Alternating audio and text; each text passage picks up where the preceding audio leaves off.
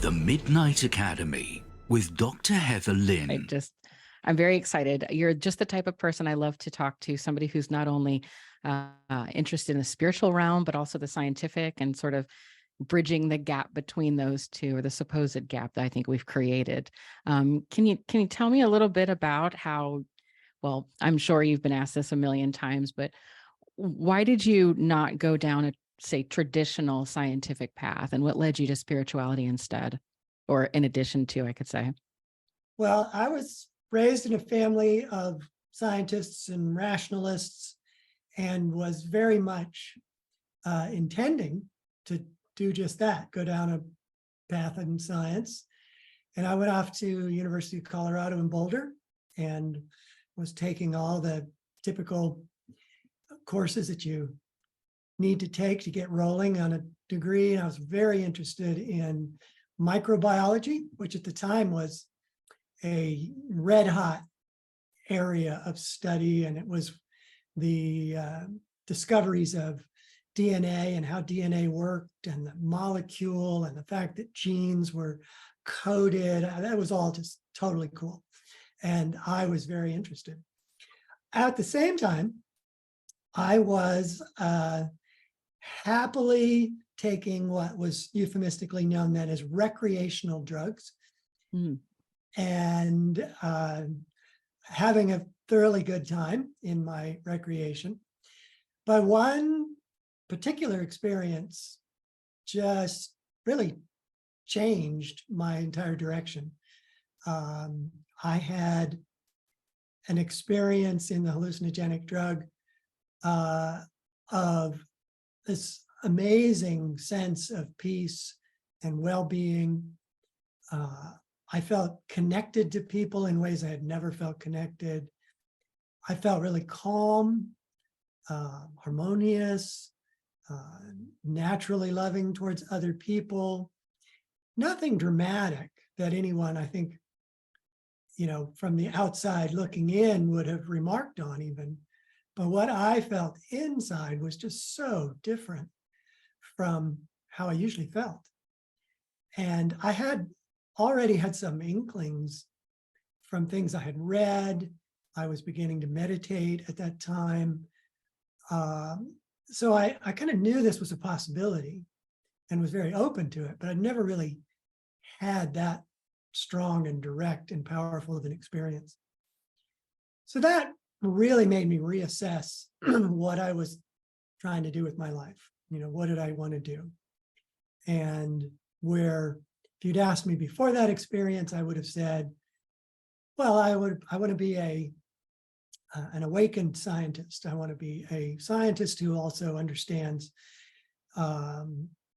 human relationships, human dynamics. I wanted to be a good person, but I also wanted to be a scientist.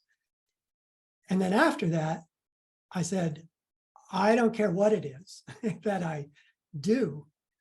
I want to have those kind of experiences regularly. And I knew that the path to that was not more drugs, because I had a lot of friends who took a lot of drugs, and they weren't paragons of spiritual enlightenment. They were kind of, overdoing it, and it wasn't helping them. It was making them less able to live their lives. And so I knew right away that that was not a direction that would work. So that made me redouble my interest in meditation, which drew me to the teachings of Paramahansa Yogananda, author of Autobiography of a Yogi. And in a number of steps over a few years, I ended up moving into the Ananda spiritual community, which is where I still live now. So that was almost 50 years ago we're talking about that this happened. And that has been my main path in life, is to meditate, commune with spirit, connect with spirit, express spirit, be a channel for spirit, to live in that consciousness. But I never did lose my interest in science. I never lost that fascination for the precision, the exactitude of the scientific process, and saw that there were a lot of people who shared that love of science, but who were also spiritually inclined, who were writing books like the Tao of Physics with blanking on his name, but you probably know the book better than that. Fritjof Capra was the. Oh yeah, Deepak Chopra. Not Deepak Chopra, Fritjof No. Capra. Oh gosh, I got that really wrong. Yeah, but this is a relatively old book now, 1969, I think, Oh wow, that he wrote it, called The Tao of Physics. Tao of Physics. I'm writing this down. I'm And, getting a there reading was kind list. of a whole series of books like that that came out after it. And there was the movie, What the Bleep Do We Know? And it all kept me fascinated and interested in the subject. And then that was combined with what was really a happy accident. I hadn't been drawn to Yogananda for this reason, but it turns out that Yogananda may have been the first author of that kind of work. His autobiography of a yogi, which was written in 1946 or published in 1946, has an entire chapter comparing the experiences of spiritual masters who can work miracles and the laws of relativity is put forward by Einstein. So this was a wonderful, happy accident, if you will, that the teachings I was drawn to for the purpose of going deep into spirit also had expressions of that same interest that I already had of wanting to find these connections between science and spirituality. Wow. So was the theory of relativity explicitly cited in his book, or was it just alluded to? No, it was specifically cited. There's a whole chapter called wow. The Law of Miracles. And Wow. he I had no them. idea that was, that's you said he wrote in the 1930s? 1946 is when he wrote that. He was in America beginning in the 1920s, and he died in 1952 in America. But all of his teachings, and he's an Indian master, so you might expect that it would be full of Sanskrit aphorisms and Sanskrit terminology, but he really was very, very sparing in his use of anything that was scriptural or Sanskrit oriented from India, because as he said, I didn't come to America to Indianize people. I came to spiritualize them. And so he used the Western vernacular to describe spiritual truth. And he also freely used theories and terms from all branches of science, from neuroscience to physics to medicine. They're really woven through everything that he wrote and all the talks that he gave. So this was just wonderful for me because I already was seeing things through that lens of how science and spirituality were complementary. So do you think that if you would have by accident picked up, say, a Carmelite or a Jesuit text about Christian mysticism or a Sufi text, do you think that would have made a difference? Or how do you view all of the different pathways and denominations and things in that realm when compared to the yogic tradition? I think that the guiding lights, the founders, the fountains of inspiration and realization that started all those paths all had the same fundamental experience, that they transcended their physical bodies and the limitations of the physical world and were able to commune with and know spirit. But they're all individuals. They all lived in different cultures at different times. And so when they were explaining their experience to those who are interested, they use different words, they use different teaching stories, they do use different metaphors. But I think if you look deeply into their teachings, and particularly when they talk about their own personal experiences, that the similarity is what stands out rather than the differences. But having said that, the question you ask is, if I had gone into Sufism or into another path, would I have been able to see the same connections between science and spirituality? And I'm not sure that I would have. I think that it is a hypothetical. It's really a hard yeah. thing to answer, but But I think Yogananda in particular wanted to make that bridge. So while I can now, with the strength of understanding that I gained from Yogananda's teachings, I can find the common points between science and any religion now. But because I have that basis in what he taught. So you've mentioned before about the science of religion, and then you've mentioned the religion of science, and that really stuck out to me because I'm really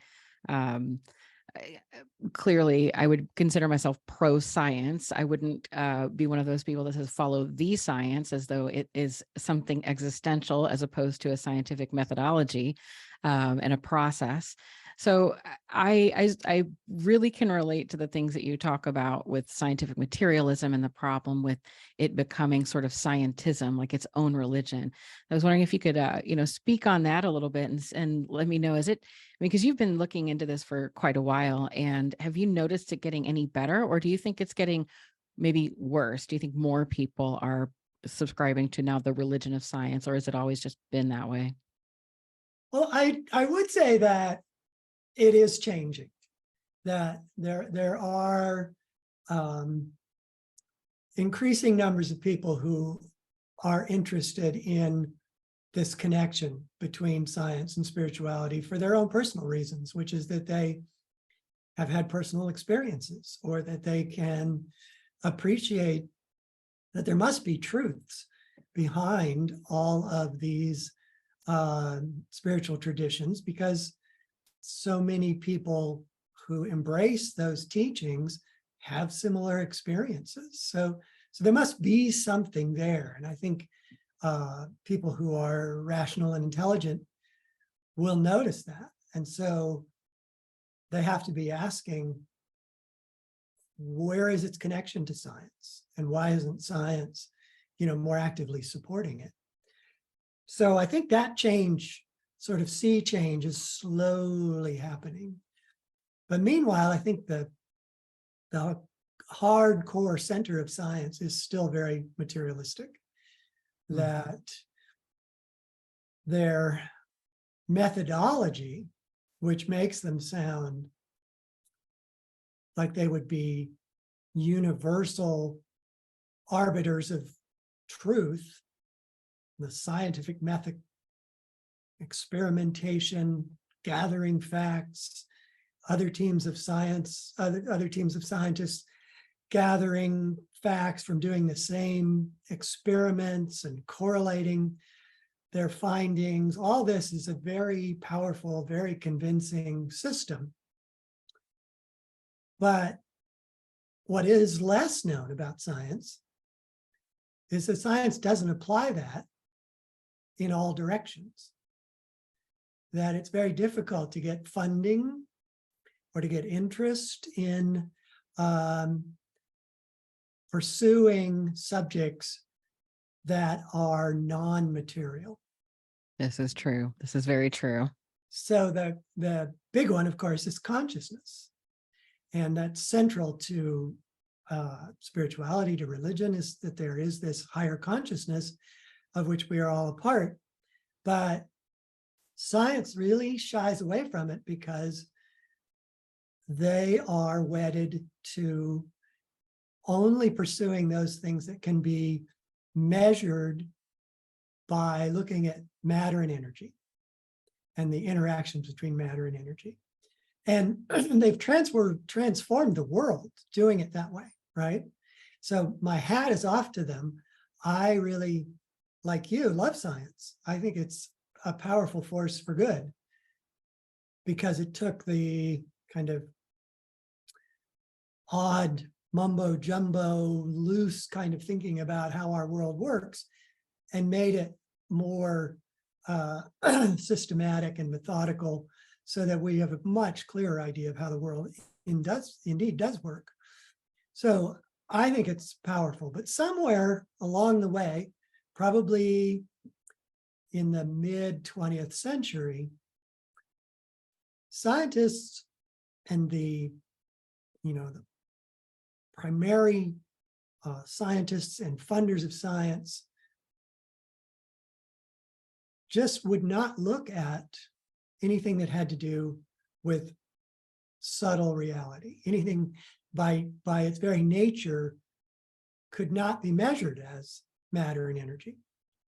And so they tended to feel that it was, not only was it not measurable, but because it wasn't measurable, it wasn't true.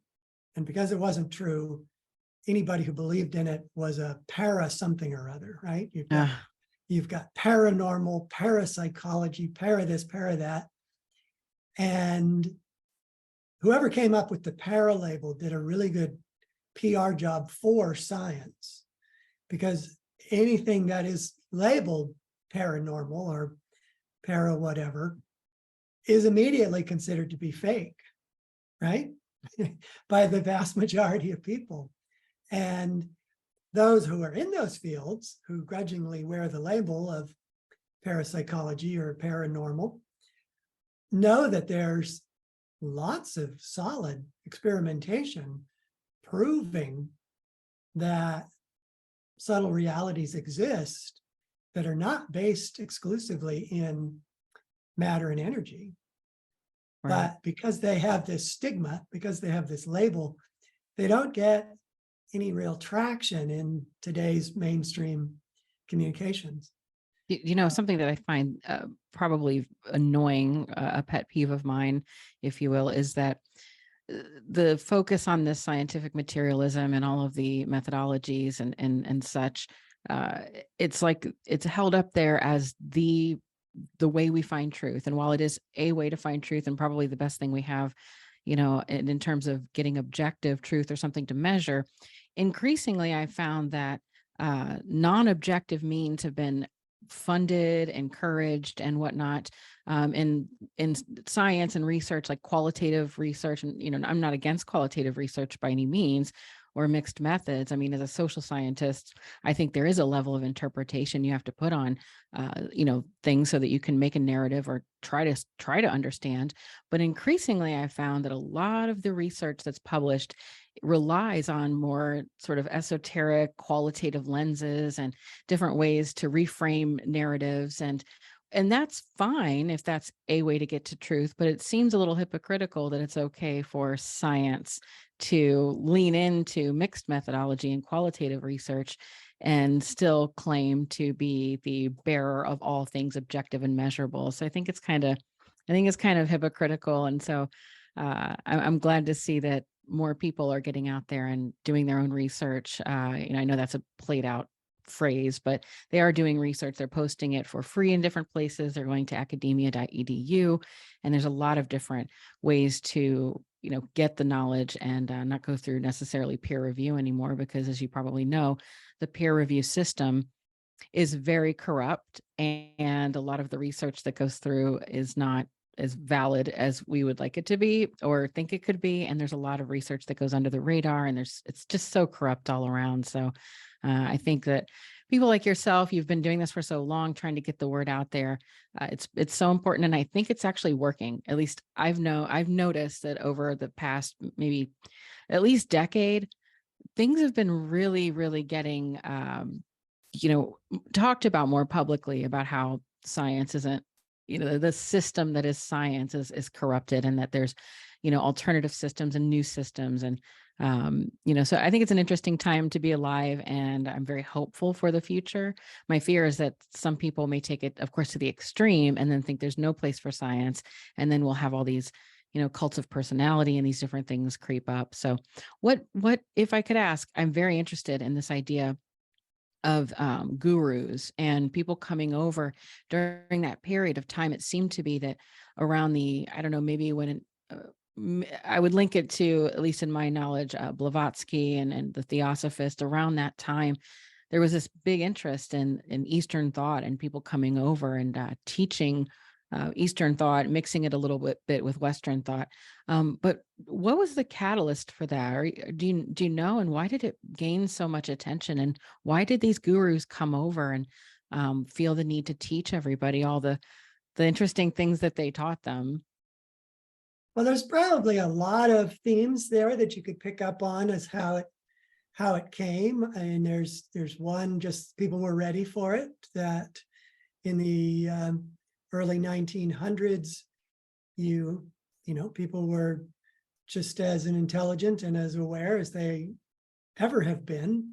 And yet they were being told that the various religious dogmatic messages that surrounded them were the only truths. And, you just embraced them. And if you didn't, you were going to be, suffering hell and damnation. And it was a hard sell by the 1900s. And then another thing you had, which I think is, kind of an indirect path for this information to come to America, was essentially that the British conquered India, took it over. And I think ironically is that the Indians took over the thoughts of many leading British thinkers in the process. So in the long run, I think India conquered and Interesting. Britain didn't, because Blavatsky and the others you're talking about were strongly influenced by people who had either been to India or lived in India.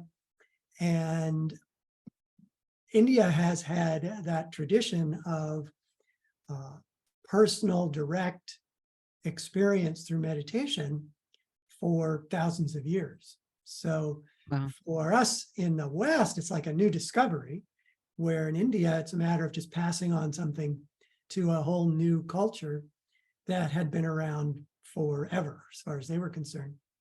And then that made it through into, kind of the intellectuals that the Blavatsky and her crowd sort of appealed to begin with. And then I think America was just had good karma. That it was a nation founded on spiritual seeking. And whether that spiritual seeking found its way into Christian directions or any other, there was a thirst for spirituality. And so Yogananda was sent to the West by his teacher saying, it's time, they're ready, that your message will resonate with them, because it's non-dogmatic. It's all about personal experience, which is kind of, in a way, you could say the scientific method applied to us as individuals. So if I give you a experimental apparatus known as meditation for you to go test whether what I'm saying is true, and you find it's true, you're going to be much more convinced that God exists than if I simply just tell you God exists, right? Right. So yoga and meditation were eminently practical and eminently rational. So it really just took off. I mean, Yogananda is considered to be by many the father of yoga and meditation in the West, because his arrival was fairly early in the 1920s. And he has been very influential for many other spiritual teachers, contemporary spiritual teachers. In fact, Phil Goldberg, who wrote American Veda, I don't know if you're familiar with that book, but it kind of charts a history of how Eastern teachings spread through America. And so he interviewed a lot of people who were contemporary spiritual teachers, who maybe were Christian teachers, maybe they were yoga teachers, maybe they were Sufi teachers, just all kinds and types of paths. And one of the questions he asked them, all of them, was what book influenced you the most in your own personal awakening? And he said, without hesitation, almost all of them said Autobiography of a Yogi, because it had so many core concepts, core tenets of experiential spirituality explained in very clear English, American English, that made it so accessible to people that it was a big influence. They didn't all go on to become students of Yogananda as I did, but it was highly influential. And that book has probably been shared more than any other book I've ever heard of. And it's already 20 million copies in print. So it's an extremely influential book and has spread through American spiritual culture very thoroughly. So I think that, that introduced the notion of a guru to the West, really in its most positive way for the first time. But Yogananda described it very matter-of-factly, that everyone has an influence on us. And it goes beyond just words spoken or concepts shared. There's an actual exchange of vibration. There's an exchange of feeling. And there's the old saying that's been in American culture for decades, which is you get to be like those you live with. And there's a real truth to it. And you see with children behave like their parents or parent, whatever their situation is. And it's not because their parent carefully and minutely told them how to behave in every aspect of their life. It's just they absorbed it. They connected with their parents in nonverbal ways and in emotional ways and subtle ways. So the guru relationship is really about tuning into someone who knows God, who knows spirit as deeply as you can. Now, I didn't know Yogananda while he was alive. He was gone even before I was born. I was lucky to have many, many decades with a direct disciple of his, Swami Kriyananda, who founded the Ananda communities, and was able to have that kind of, both overt and subtle connection to him. But I think that at its core is what the relationship is about, that you pick up more from an enlightened spiritual teacher than just what he or she says or does, that it's an ineffable, intangible connection that is transformative. And it's probably very transformative when that person's able to demonstrate and help you learn meditation, because then you can have those experiences yourself, and that is probably a very big breakthrough. Can you explain? A lot of people hear about meditation, like, hey, you're feeling stressed, you should meditate. And I know it's very in vogue to meditate. And I don't think a lot of people either know how to meditate, or I know that there's different varieties of it. Some people even are afraid to meditate, I've heard, because they associate it with different spiritual practices and they're afraid of opening themselves up to that sort of experience as well.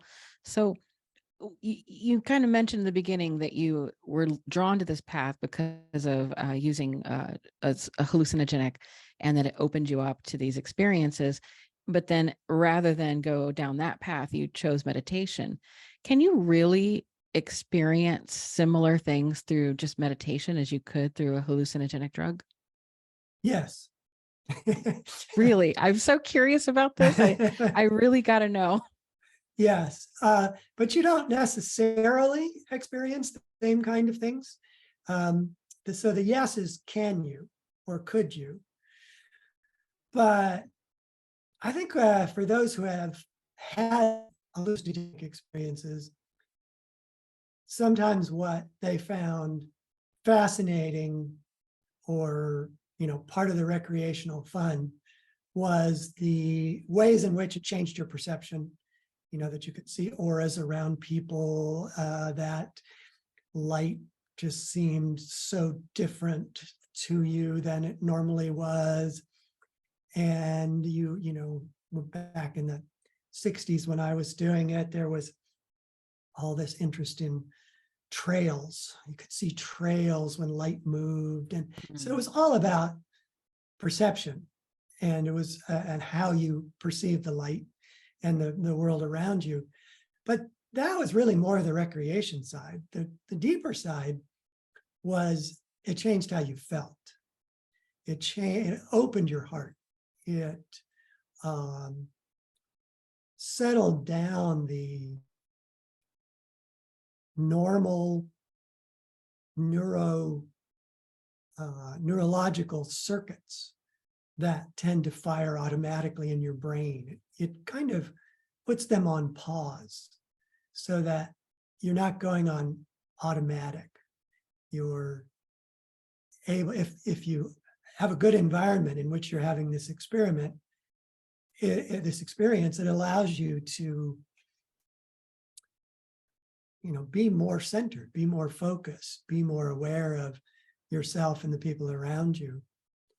And that, I think, is the part of it that you can get to through meditation. That you, by becoming calm in meditation, by connecting to your deeper self, to your spirit, what you feel is that. You feel harmony. You feel joy. You feel love for other people. Without effort, it's spontaneous.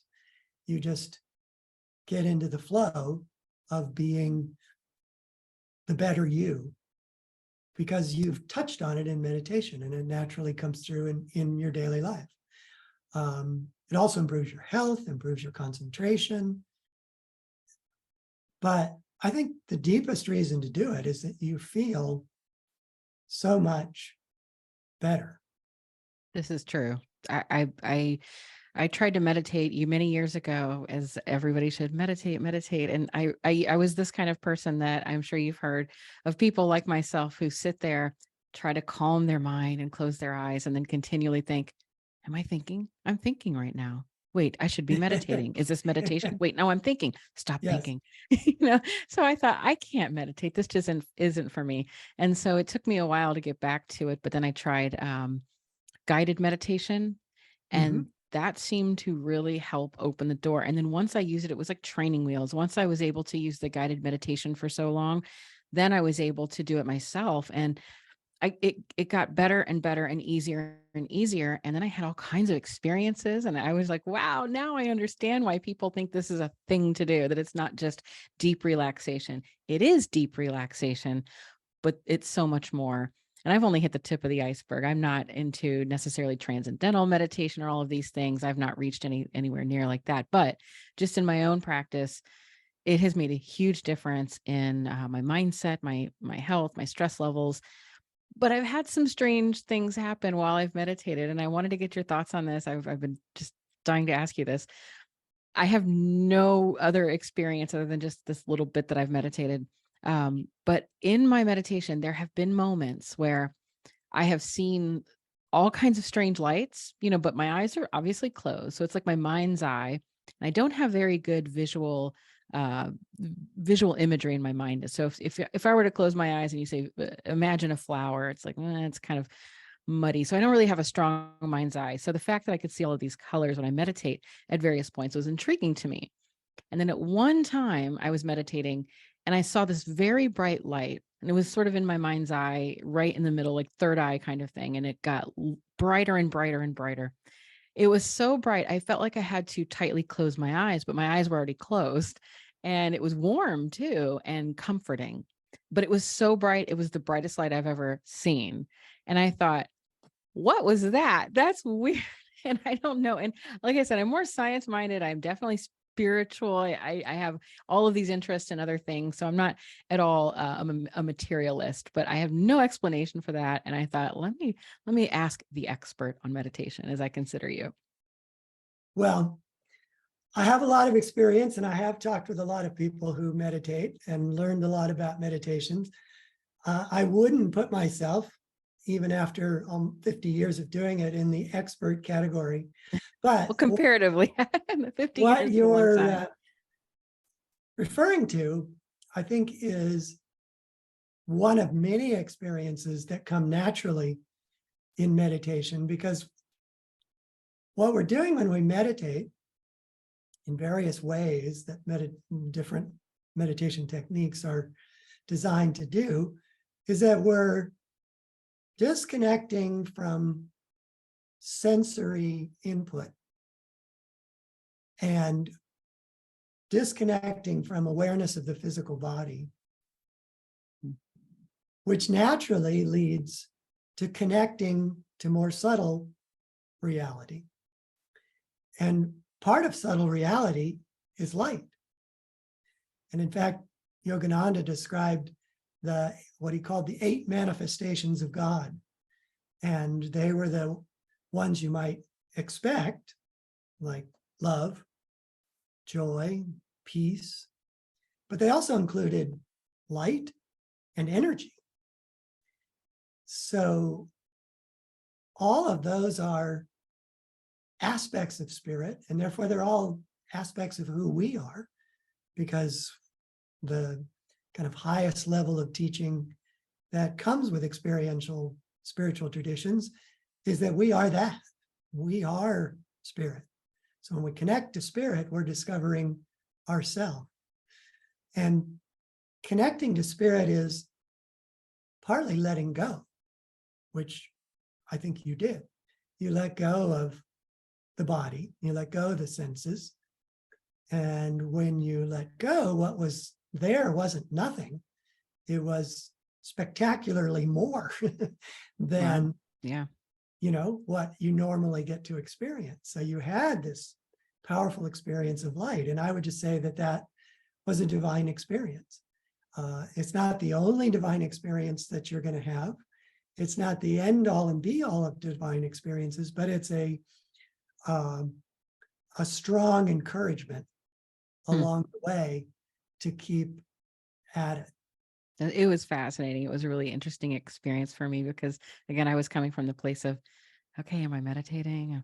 And then finally was able to get to a point where at least I was relaxing, and yeah, just eventually this happened, and it was so strange, but it was a great experience. I'm not gonna. I mean, it was weird and a little disturbing, but it was peaceful and reassuring at the same time. It was quite fascinating, and I'll just never forget that. I've not been able to do that again. It was just like a one-off, but I need to get back to like a meditative practice and try to maybe cultivate that sense of relaxation. But I could just imagine the Victorians and Edwardians and then their ways, and then having somebody come over and teach them meditation, and if any of them experience something even like that or more, that they would have been like, whoa, I'm throwing off this whole puritanical, this worldview, and we're going to go all in, because it's definitely experiential and not just, somebody reading something from a text, as you said.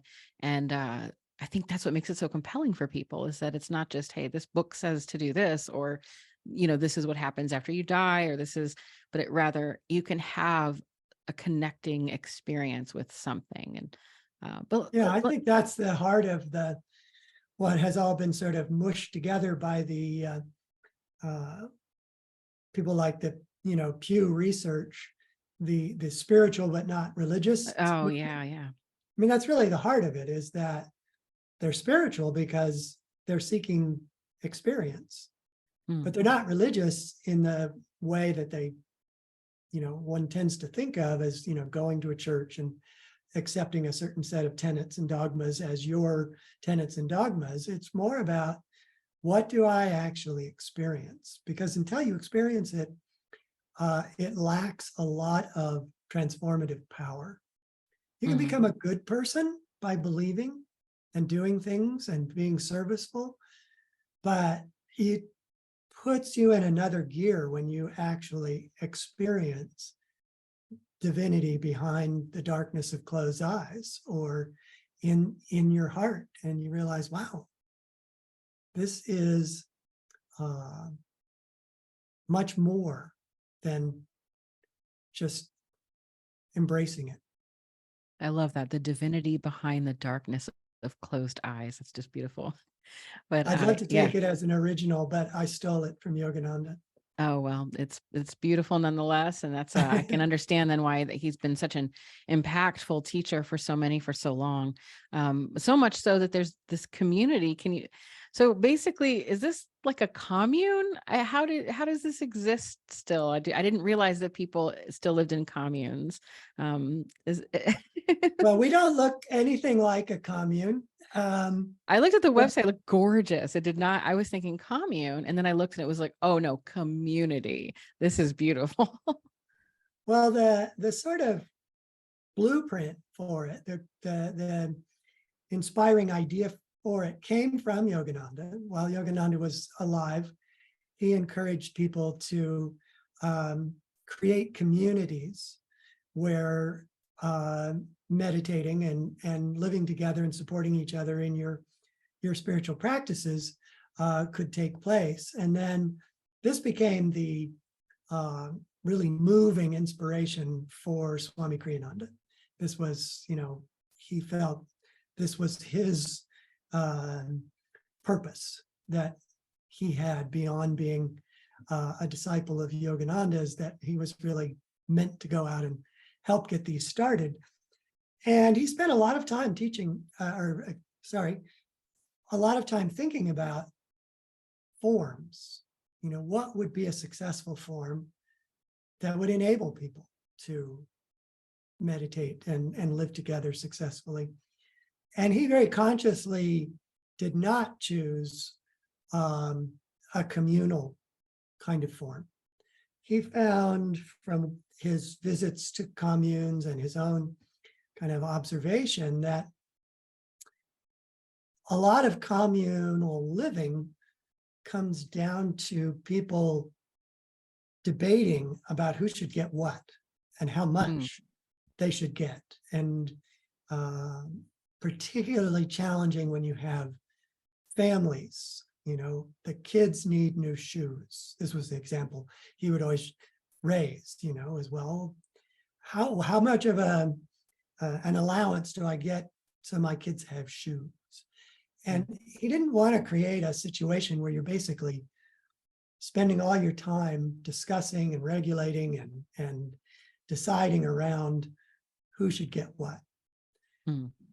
So he chose what he called a village, and an intentional village, or an intentional community, where everybody has their own job, everybody can kind of make their own choices about how they raise money and what they do with that money, and that there would be a support for everyone in their spiritual lives, but that everyone would be responsible for their own living.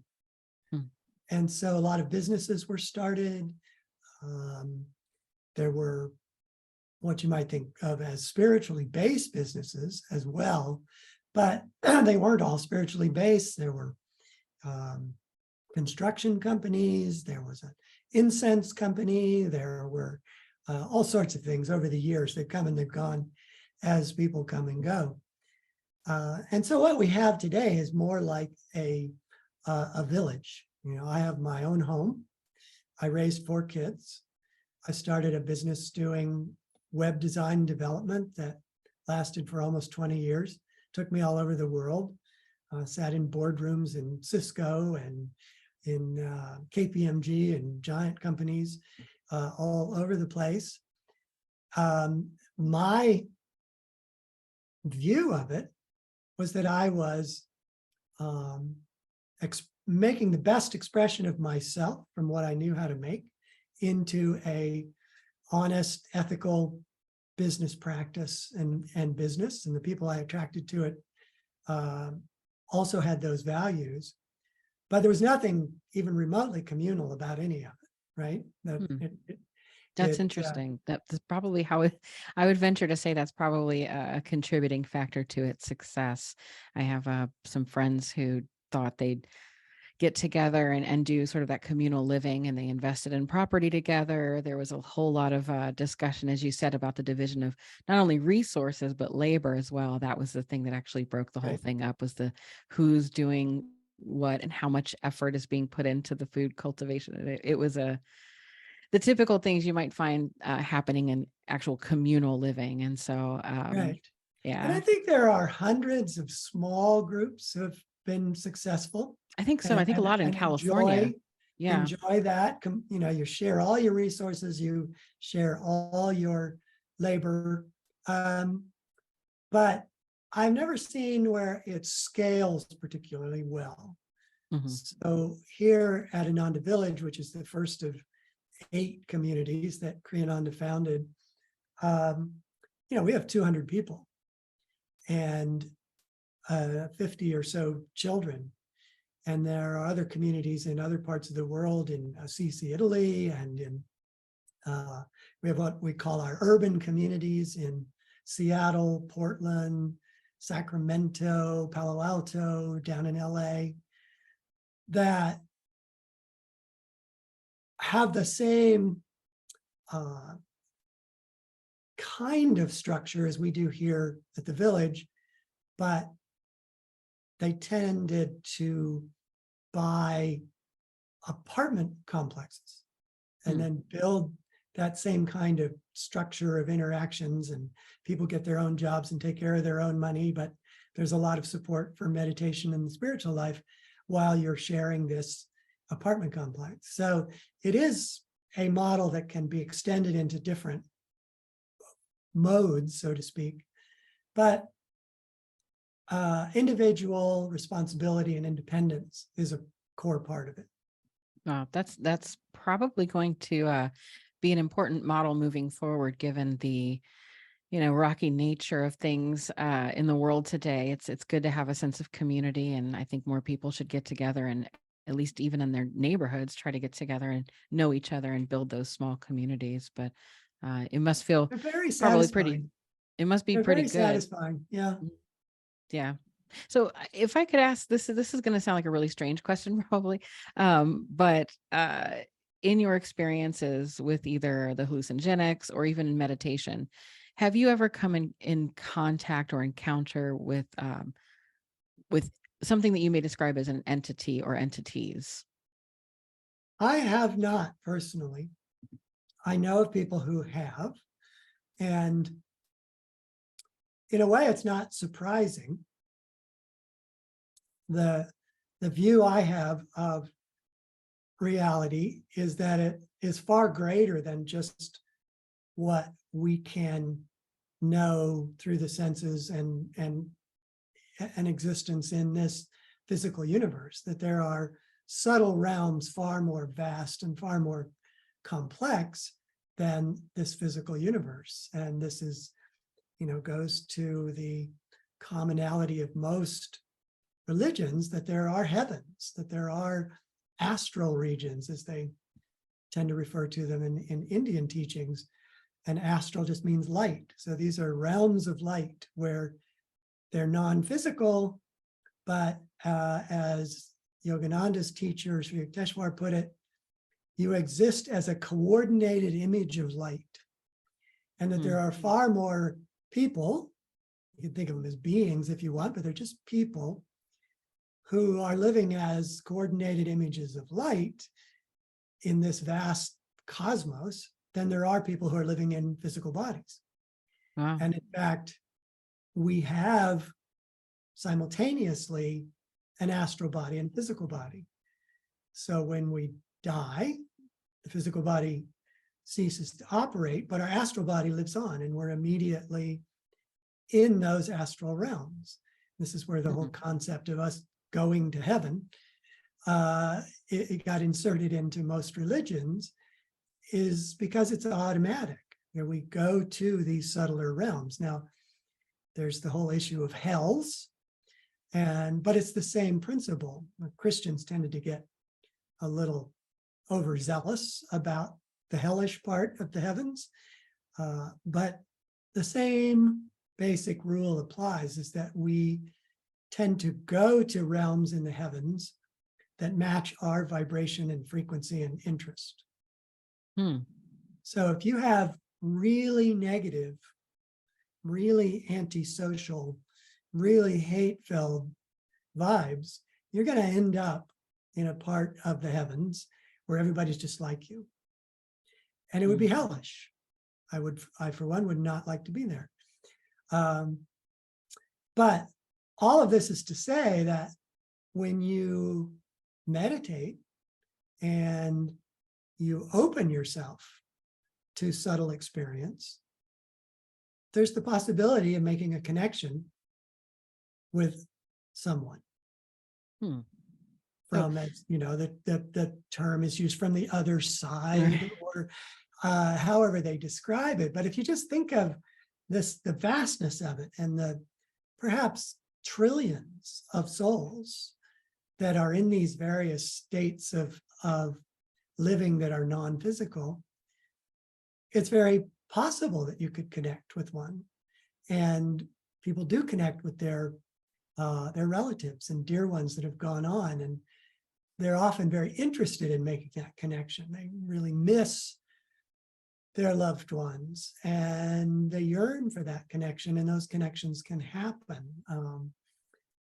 There are mediums who can be bridges for people to make that connection to other people.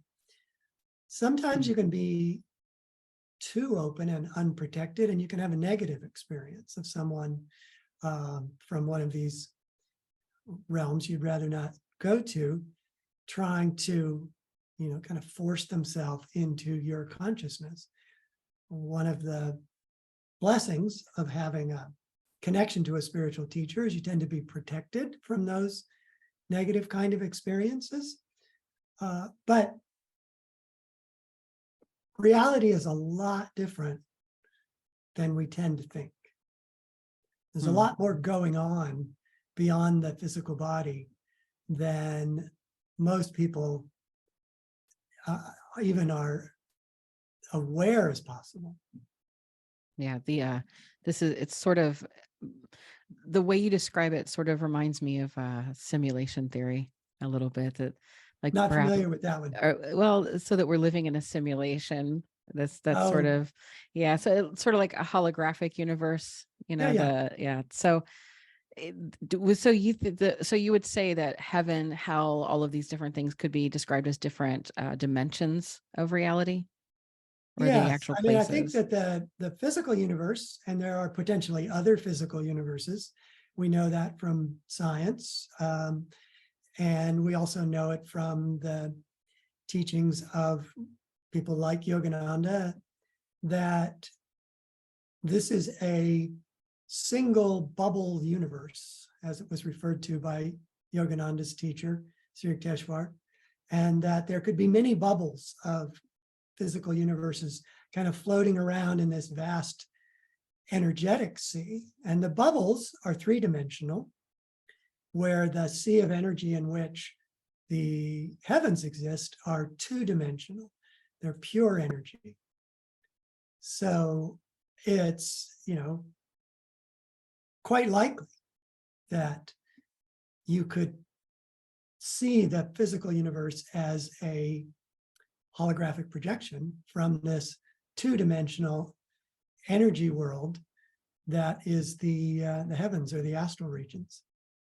No, that's a whole lot of that's a lot. And I could imagine that people from, again, the earlier times in the West would have been really shocked to hear anything like that. And it's also amazing when you look at these sort of Vedic texts and all of the ancient source material, how much the ancients knew, about the nature of the universe. And even if they didn't have the exact theories or the ways that we have to describe them or measure them, you do find that a lot of things sort of connect or go back to that, or reinforce some of those notions. And I did see recently somebody was going back. I can't remember who, and that's going to bother me. I'll put a link in the description to this paper, but I saw a paper where they were using, uh, they were trying to use theories from Aristotle to discuss quantum physics. So I thought that was really interesting because, of course, Aristotelian ideas, are still looked at today as important and things like rhetorical appeals and whatnot. But to put them towards hard science, so to speak, I think would have been looked at as unimaginable until more recently when you introduced these ideas of um, you know, quantum realm and things that are a little strange and weird. And so we're going back to the ancient material to see if, hey, maybe they knew something after all. And I was surprised to see that paper printed. But like I said, I'll put that in link in the description because I think it's fascinating. But I'm a Uh-huh. big fan of ancient wisdom. I think ancient wisdom, there's a way to get sort of received knowledge, and science can be used to investigate that and measure that. But Mhm. I think there's more to reality than just the physical principles. I agree. Yeah. So your book, is there a new one coming out that I see, or what is the latest one? What is your latest one? The most recently published is called Breakthrough the Limits of the Brain. Okay, So that's the one that I saw that I was like, so that is available on your website, and is that available on Amazon and everywhere you'd expect? yeah, it's available everywhere you would expect. It's print, Kindle, and audio book. So So how have you been received when you've gone and talked to people? Do you get received really well, or do you have a lot of pushback from sort of the scientific materialist types?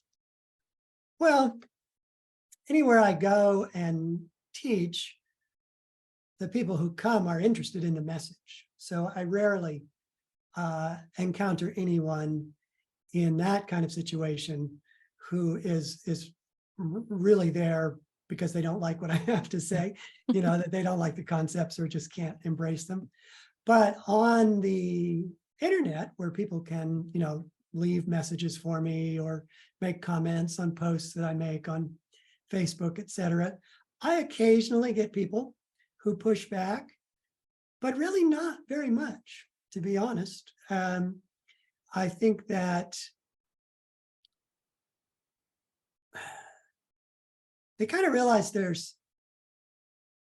I don't know, there's not much for, for them to gain Right. by, you know, speaking against something or writing against something that I have put forward. They have their own forums where they go and complain about, crazy people equating principles of quantum physics with spirituality. But Right. they don't really come into my world very often. Well, that's good. Well, I think a lot of people are just ready for these conversations. I think Mhm. increasingly more so. I think we're more ready than the Victorians for sure. And I think not only are we ready, but we're in need of doing so because we are in some really interesting times and there's a lot of new discoveries every day, but it's also a time where we need to, I think, go inward a little more than this outward world of the internet where everybody is giving their 2 cents and then arguing and having that negative energy. But if we can just pull back from that, I know meditation, as I've said, is a very helpful tool in doing so. If somebody was interested in learning how to meditate from just the beginning, what would you recommend to them? Well, I recommend it because I know it. And that is the technique that I offer in the Physics of God and in the Breakthrough the Limits of the Brain and on my website, which is called the Hung Saw technique. It's a very simple, straightforward technique that you use to just watch the breath. The mind, as you were saying, I was laughing along with you when you were saying you would sit there and meditate and say, well, am I thinking or am I not thinking? Or am I thinking about thinking? You're- That the mind tends to want to be engaged. Mhm. So the principle of the Hung Saw technique is that you focus the mind on your breath. And that as your breath comes in, you mentally say hung, sort of like song, hung, and you say on the exhalation, saw. as in I saw him. So hung and saw, hung and saw. And you say it in parallel with how long the inhalation is or how long the exhalation is. You let that sound be drawn out in your mind. And you just watch the breath. If you find yourself distracted, going down some path of thought, to just bring it back. Don't scold yourself or worry about anything. Just bring it back to watching the breath. And then gradually, as you experience yourself very powerfully, you want to bring more and more of your focus to the point between the eyebrows. So even as you're watching the breath, you kind of watch it from here.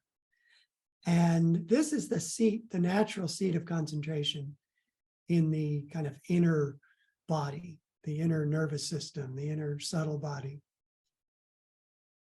And if you do it regularly, it gets easier and easier to just relax into it. And your breath will slow down automatically. You don't want to try to control the breath at all. There's no goal. You're not trying to stop the breath. You're not trying to make the breath more shallow. Any of those things can happen, but really what you're trying to do is relax and just let the breath breathe as it will. And to keep saying hung and saw. Now, hung and saw are Sanskrit words, as you probably would have guessed. You can substitute them with I am spirit, I am spirit, I am he, I am bliss. And it will do the same thing for you, that you're just trying to get out of your habitual flow of stream of consciousness thoughts and get the mind to quiet. And when it does it, and when the body becomes more still, which it naturally does as the breath naturally slows down, you feel that relaxation more deeply. You feel that peace. You feel more centered in yourself. So this is what I recommend. There are other meditation techniques that I also practice, but that was the one I started with. The teachings of Yogananda include other techniques, one, for example, called the Om technique, and another called Kriya Yoga, which he talks about a great deal in the autobiography of a yogi, that are more powerful techniques. And if you get going in this direction of practicing the Hung Sa technique, you may find yourself wanting to learn these, but you can go a long way with the Hung Sa technique. You can go very deep with the Hung Sa technique. You can actually achieve states where you are breathless, where your breath is just relaxedly stopped. As soon as you move or worry about it or think about it, your breath comes rushing back in. There's no danger that you're going to, pass out or anything. But you can get to that level of relaxation where the breath relaxes too. And when you do that, your heart slows down. You have this tremendous surge of energy coming into the heart and into the mind that had been going out, keeping the lungs bellowing and keeping the heart pounding. And it's wonderful. You feel that manifestation of God as energy or as peace, because you've just stopped being bombarded by all the perceptions and experiences of the physical body. And when we do that, we feel spirit. Oddly, what I'm about to say right now will strike you probably as an odd thing to say, but near-death experiencers have accidentally stopped breathing and have focused their mind. Hmm. And when they stop breathing and focus their mind, they're instantly in higher reality. So that's the potential that meditation has, which is if you become perfectly still and you become inwardly absorbed, what you experience is beyond the body. It's beyond the physical universe. It's in this cosmic realm of heavenly energy. Wow. And it's natural. You don't have to work at it or visualize it or try to make it happen. If you just try to relax and be centered in yourself, these experiences will come, just like yours that you described of the light building at the point between the eyebrows and feeling wonderful. That was the best part of what you described, right? Was that It was felt interesting. warm, you felt good, and it is something you would welcome to have happen again. Yeah. And it wasn't good in some sort of like manic way, like, ooh, it was just peace, like extreme peace and comfort and reassurance. But not even in a way that could have been articulated. It was just an experience, and I'll never forget it. And so it had me believing in the merits of meditation. But we'll add that to the list. So in other words, to meditate because it is good for your health, it's good for relaxation, but you can also catch a glimpse of the other side, perhaps. And And yeah. eventually you can catch more than a glimpse. Wow. You can feel yourself immersed in spirit. Wow. That's amazing. Thank you so much, Joseph. I'm going to go back to my meditation practice. Now you've inspired me so much, and I hope that everybody else gives it a shot too. And take some time to read not only your books, but especially The Physics of God. That one, that's one of the best books I have ever read on the relationship between consciousness and physics itself. So a good marriage between the two. But I love the religion of science and the science of religion component of it and the commentary there. But definitely recommend.